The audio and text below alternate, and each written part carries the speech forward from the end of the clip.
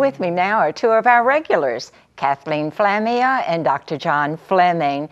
And thank you both for being here to talk about medical decision making, because certainly this is a two-pronged area where both the physician and the attorney are involved.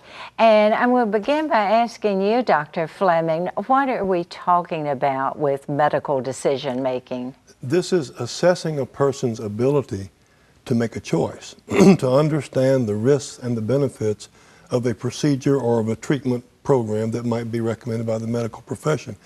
And it can vary depending on the severity and the complexity of the situation. For example, getting a flu shot. You can have the flu shot because you're convinced it's the appropriate thing to do, or decline the flu shot. Or more complicated might be to decide whether to treat congestive heart failure with medication or surgery, which is a much more complex decision. The point that is important is, though an elderly person may have some cognitive impairment in all other spheres, they may well be able to understand and communicate and make a good medical choice to a specific task. And this is our job, is to assess that ability. Okay, so I understand then what your role is, but Kathleen, where does the attorney's role come in?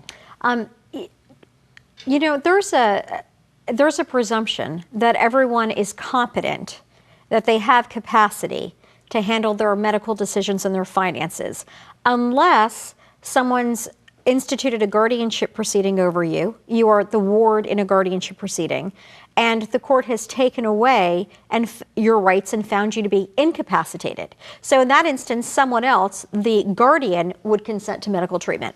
However, as Dr. Fleming has said, you could have some memory losses, you can have some cognitive deficits that would still allow you to make decisions. And by making decisions, I mean both deciding whether you want to sign the legal documents that we talk about, and my role is to assess whether the person has legal capacity, meaning they understand the documents that they're signing. And then Dr. Fleming's role would be to determine whether that person has the medical capacity to make informed consent to medical decisions. Okay, so now, should documents that you prepare be shown to the physician, or how does this play together? The patient's going to give the doctors, or the healthcare agent or surrogate is going to give the doctors the paperwork that the patient has typically signed if the patient doesn't do it themselves. That way the doctors know whether the patient has signed a living will and what their end-of-life choices are, and who they've picked to make healthcare decisions for them if they can't. Right, and that's very important. If we deem that they do not have this decisional capacity, then who does? Who has been appointed to be the authority?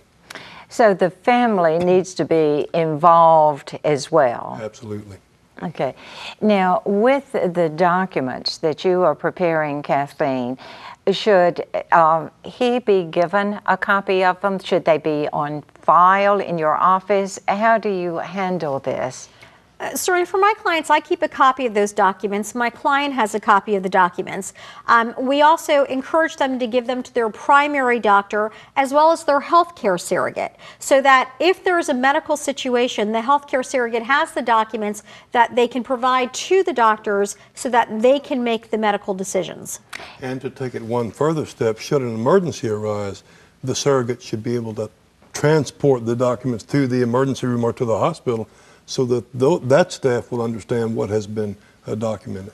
Just very quickly, tell me how cultural differences can play into this, Dr. Fleming. You know, I see a wide variety of approaches to this depending on ethnic backgrounds and cultural and religious backgrounds, especially in the area of end-of-life decision making.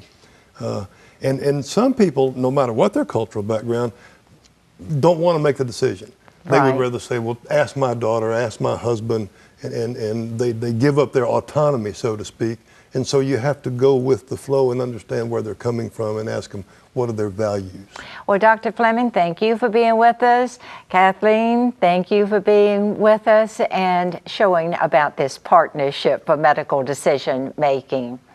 And now it's time for us to take another break.